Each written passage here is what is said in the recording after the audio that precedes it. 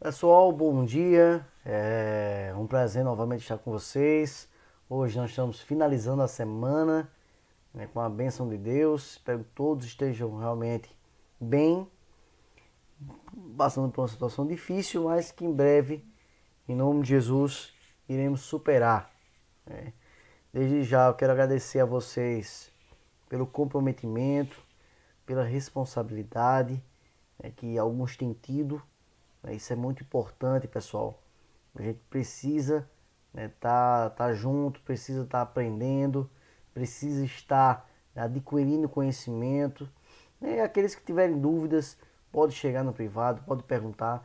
A gente está sempre à disposição. Sabemos que não é fácil. A gente entende o lado de vocês também. Não é fácil para ninguém. Eu não posso também julgar. É fácil. Não é. Eu que estou aqui do outro lado sei como é difícil, como temos se desdobrado para trabalhar nesse sistema. Para quem acha que é fácil, não é. Não é. Eu considero que trabalha, eu acho que 2, 3 vezes mais do que trabalhávamos quando estávamos presencialmente. Eu não tenho dúvida em relação a isso. E vocês também não é diferente. Não é diferente, a gente sabe também, a gente entende, mas a gente precisa a gente não pode ficar parado, a gente precisa trabalhar, a gente precisa adquirir conhecimento, a gente precisa dar continuidade. Porque quando tudo normalizar, a gente vai ter já avançado bastante. Se normalizar, a gente espera que normalize o mais rápido possível. Mas a gente sabe que o último segmento a voltar de fato, às salas de aula e com algumas restrições é a escola. Vai voltar as atividades aí. É a escola. Então, vamos à luta, vamos continuar trabalhando. E aqueles que não estão fazendo, façam. Se dediquem, se esforcem. Isso é muito importante, tá bom? Então vamos lá, pessoal, começar. Tenho em mãos aí o livro didático, página 43, pra gente começar. É apenas uma página, né? A correção. Então vamos lá. Com base nesse texto anterior, tá aí no livro de vocês, responda as questões a seguir. Qual é o fator apontado como um dos principais responsáveis por esse problema ambiental? Então eu vou pegar aqui uma caneta para te marcar aqui qual é o fator responsável, né? O principal fator responsável é a utilização indiscriminada de suas águas. Então esse é o principal fator responsável. Utilizar as águas desse mar de forma indiscriminada, principalmente, né, intensamente utilizadas para a agricultura, né, irrigação de plantações. Tá bom? Então essa é a resposta na primeira questão. Segunda questão, pessoal. Quais foram as consequências desse grande problema ambiental? Pessoal, olha aqui, ó, inundações, alterações na salinidade, que afetaram 40% das terras irrigadas. Também, olha, excesso de fertilizantes, contaminou as águas, né? Também 95% das terras úmidas da região secaram. Tudo isso aqui foram problemas que surgiram aí, ambientais. Por último, como o exemplo do Lago Aral deve ser levado em conta no que se refere às atividades produtivas e ao uso da água. Demonstra que o uso da água e as atividades próximas de corpos hídricos devem ser feitas de forma planejada e sustentável. Então, para utilizar, tem que ser de forma planejada e sustentável. E não foi isso que vimos, né, no exemplo do Mar Aral, tá bom? Então é isso, pessoal. Bem tranquilo, bem simples. E vamos para a aula de hoje, né? É bem rápido, bem simples também. A gente vai pegar só a extração de recursos do Ártico. Porque na próxima aula eu vou botar pegada. A gente vai ler, acho que alguns temas aí muito importantes, né? Como alguns desastres ambientais de Chernobyl, algumas questões de chuvas ácidas. Então vai ser bem bacana aí as próximas aulas aí com relação a algumas questões ambientais. Hoje também é sobre questão ambiental, mas eu peguei só apenas a extração de recursos do Ártico, tá bom? Então vamos lá. Primeira coisa que você deve saber, onde é que se localiza o Ártico? É no Polo Norte, tá bom? A Antártida, que é o continente, é no Polo Sul. E o Ártico, que não é um continente, é apenas uma região polar, fica lá no norte, tá bom? O avanço, deixa eu pegar aqui o laser, né? Só um minutinho. Vamos lá. O avanço das mudanças climáticas nas últimas décadas tem produzido transformações nos ambientes polares, particularmente no Polo Norte. Se estivéssemos em sala de aula, eu perguntaria qual seria as consequências das mudanças climáticas no Polo Norte. É o aquecimento global, é o derretimento das calotas polares. Muitos iriam responder isso. E é verdade. Então, tem se mudado bastante os climas, né, principalmente nos últimos anos.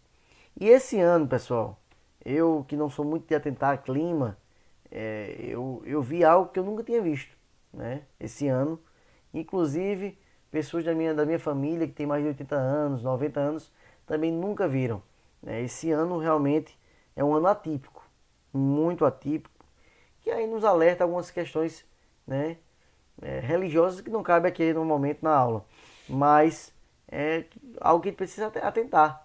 Eu nunca tinha visto, por exemplo, trovoadas aqui na nossa região no mês de junho. Geralmente acontecia em janeiro, fevereiro e às vezes chegava até março. Então muitas chuvas, o tempo realmente está totalmente mudado. Então é algo que a gente precisa pensar, né? Então as mudanças climáticas nas últimas décadas têm realmente afetado a região ártica também. Apesar de poluição, atividades humanas não se concentrarem no Ártico, essas atividades em outras regiões acabam também prejudicando o Ártico devido ao aquecimento global, tá bom? Lá, ao contrário da Antártida, o Ártico não tem seus recursos naturais protegidos por meio de tratados. Na Antártida, por exemplo, que é um continente, existem tratados lá e ninguém explora.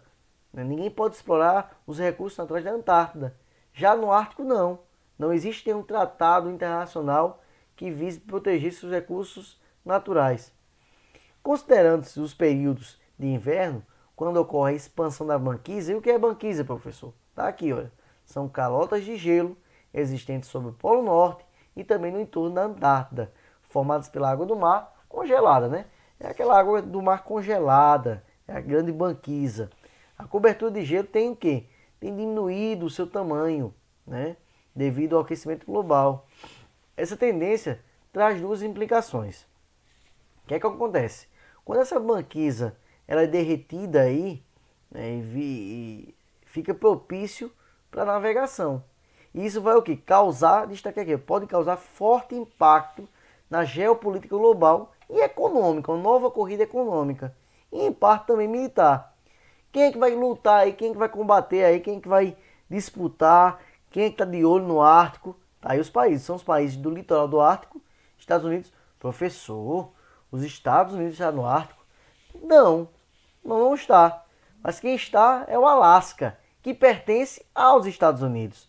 Então, ele tem influência sim nessa região. A Rússia, que está, a Noruega, a Dinamarca sim, via Groenlândia, que é a maior ilha do mundo e pertence justamente à Dinamarca. E o Canadá. Esses são os países ali que têm influência no Ártico. Aí nós acrescentamos aqui o autor, a China. Mas por que a China? A China não está no Ártico. Está distante do Ártico. Mas tem um interesse muito grande nessa região. Então ela não quer ficar de fora.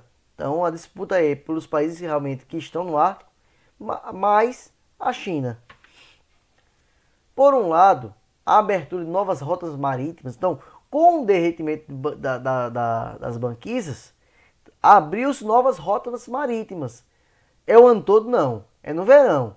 Então, abre essa possibilidade de novas rotas marítimas para transportar cargas. Isso vai o quê? Alterar os custos e o tempo de entrega. Porque eles precisavam atravessar o canal de Suez aqui, ó. Canal de Suez ou o canal do Panamá. Então, o trajeto era bem maior. Quando há esse derretimento de banquisas, isso facilita, né, e altera aí os custos e o tempo de entrega. Então eles vão aí ganhar tempo e vão também economizar, tá bom? Os países através do transporte de cargas. Por outro lado, para além dos impactos da navegação, há a questão dos recursos minerais. Aí chega o ponto crucial. A região do Ártico é uma região ainda inexplorada, mas que tem grande potencial de recursos minerais, principalmente petróleo. Então, petróleo pode ser encontrado aí na região ártica. Então, os países estão de olho nessa região. Por quê? Tem um aspecto geopolítico, que é justamente essa possibilidade de mudar o trajeto, né, ganhando tempo e ganhando economia, e também a eventual disputa aí pelos recursos minerais e energéticos que existem nessa região do Ártico, tá bom? Mas os ambientalistas se preocupam aí, né, que possam ocorrer vazamentos de óleo nesse ambiente polar, o que afetaria toda a dinâmica climática do planeta. Então é importante a gente frisar isso. A Rússia é certamente o país com maior presença no Ártico, e sua atuação não se dá somente na área econômica, mas também por meio de postos militares avançados, algo que os demais países não têm. Lá nessa região, os países que têm uma certa autonomia, uma certa influência no Ártico, não têm postos militares como a Rússia tem. Até porque a maior parte do Ártico justamente está próximo ali da Rússia. Outros países investem mais em pesquisa, na exploração de petróleo e gás, tá bom? Então, a esse respeito, leia o texto da seguinte página. Tem esse texto, um texto um pouco grande.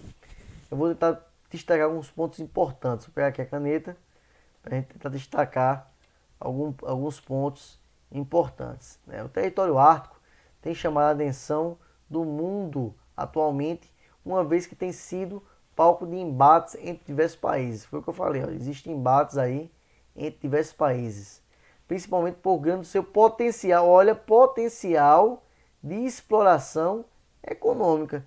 Tem um potencial muito grande o Ártico, tá certo? Temos também consequência de degelo, né?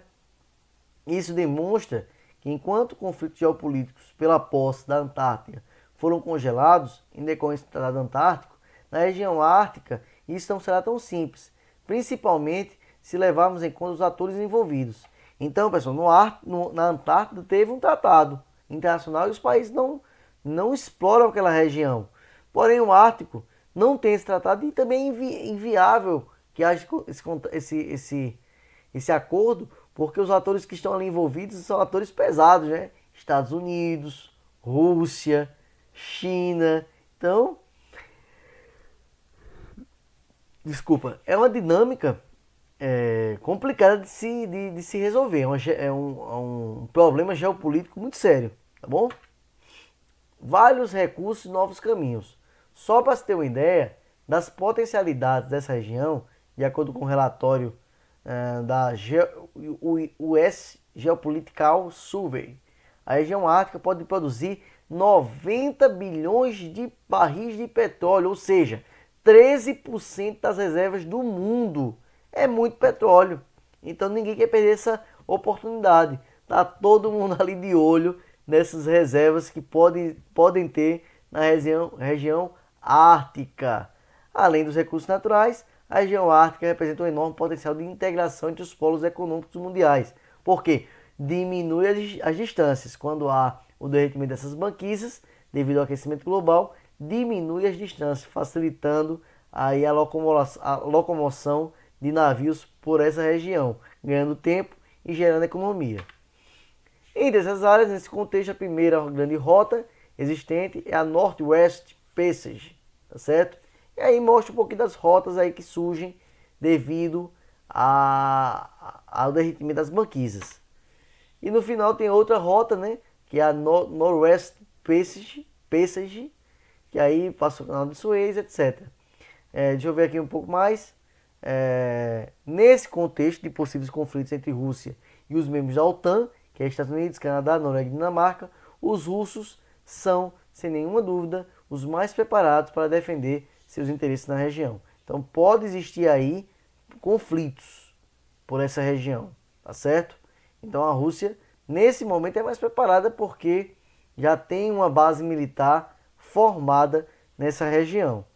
Então é isso, pessoal, bem tranquilo o assunto, não teve mistério, não teve dificuldade, qualquer dúvida estou à disposição. E vocês vão fazer o livro de atividades apenas na página 46, apenas. Quem puder entregar hoje, entrega, fica livre. Quem não, tem até domingo no máximo às 12 horas, para me entregar a foto aí respondida, tá bom? É isso, pessoal. Fique com Deus. Até a próxima. Tchau, tchau.